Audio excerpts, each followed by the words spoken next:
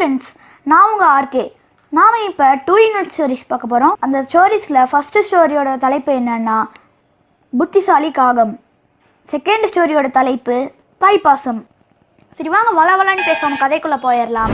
அதுக்கு முன்னாடி நம்ம சேனலில் சப்ஸ்கிரைப் பண்ணாதவங்க சப்ஸ்கிரைப் பண்ணிவிட்டு பக்கத்தில் இருக்க பெல் ஐக்கானை கிளிக் பண்ணிடுங்க. பசியில இறை தேடிட்டு இருந்த காகம் குளக்கரை பக்கமா போச்சு. அங்க ஒரு கிளையில உட்காரும்போது தண்ணியில நீந்த முடியாம ஒரு முயல் தத்தளிச்சிட்டு இருந்ததை பார்த்தது. அந்த முயல் கிட்ட நீ எப்படி தண்ணிக்குள்ள விழுந்த அப்படின்னு கேட்டது. அதுக்கு முயல் வேட்டை நாய்கள் துரத்தும் போது தப்பிக்கிறதுக்காக இந்த பக்கமா ஓடி வந்தேன், தவறுதலா விழுந்துட்டேன்னு சொல்லுது. அது மட்டும் இல்லாம என்னை காப்பாத்துன்னு சொல்லுது. வர்ற வழியில ஒரு ஆலமரத்துல சில விழுதுகள் கீழே விழுந்து கிடக்கிறது பார்த்துருக்கு. அந்த விழுதுகளை கவ்விட்டு வந்து தண்ணிக்குள்ளே போடுது காகம். அதை பிடிச்சிக்கிட்டு முயலும் தண்ணியிலிருந்து வெளியில் வருது. அன்னையிலிருந்து காகமும் முயலும் ரொம்பவே நண்பர்களாக இருக்காங்க. அது மட்டும் இல்லாமல் கிடைக்கிற இறைய பகிர்ந்துக்கிறாங்க. இதோட இந்த கதை முடிவடையுது. இப்போ 2வது கதையை பார்த்துடலாம் வாங்க.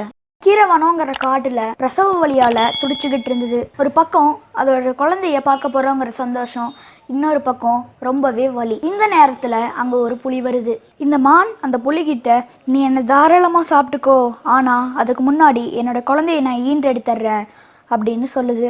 அதுக்கு அந்த புலியும் சம்மதிக்குது. கொஞ்ச நேரத்துல மான் அதோட குட்டியை ஈன்றெடுத்ததுக்கு அப்புறம் புலிகிட்ட நீ என்னை சாப்பிட்டுக்கோன்னு சொல்லுது.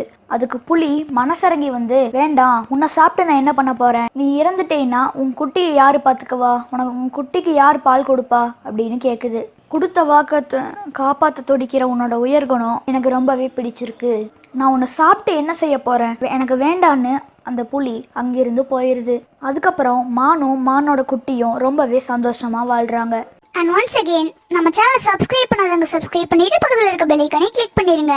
அப்பதான் இன்னும் நிறைய கதைகள் உங்க போனுக்கு வந்து சேரும்.